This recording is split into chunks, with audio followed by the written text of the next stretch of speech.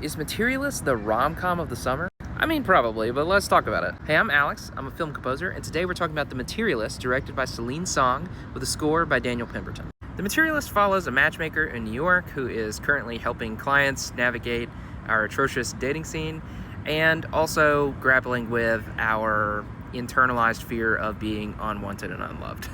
The film centers around the starring trio of Dakota Johnson, Pedro Pascal, and Chris Evans. And this is kind of where things already got off the rails for me. I'm not a big Dakota Johnson fan. I think her deadpan delivery just has never really worked for me. Pedro Pascal I'm overstimulated with, and Chris Evans is Captain America, and I have a hard time seeing him as much else.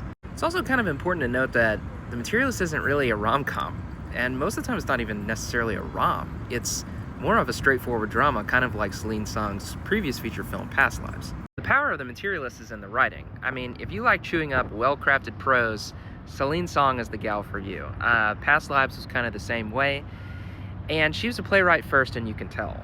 Now let's talk about the score, because I feel like Daniel Pemberton made some really cool choices. It would have been pretty easy for him to score this with like lush strings, something maybe more sappy and overly sentimental that we would be used to in our rom-coms, but he took a more suave approach with this kind of cool jazz undertone. There's lots of synth bass, flute, really crunchy compressed drums.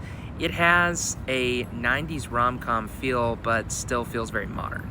There's a moment where Chris Evans and Dakota Johnson's characters are driving upstate, and the cinematography and the score kind of meld together in this really warm, emotional moment.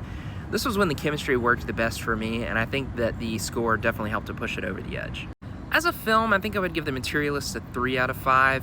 This starring trio just doesn't really work for me, and to be honest, I'm maybe a little down on The Materialist compared to some other people, but I was a little down on Past Lives compared to some other people. Also really like some melodrama in my romantic movies, and this is a pretty reserved take. I would give Daniel Pemberton's score a 3.5 out of 5. I think that he made some really cool choices, and he always does. And I thought that he added some really nice warmth to the film that it needed. If you want to see more of my film hot takes, you can check me out on Letterboxd.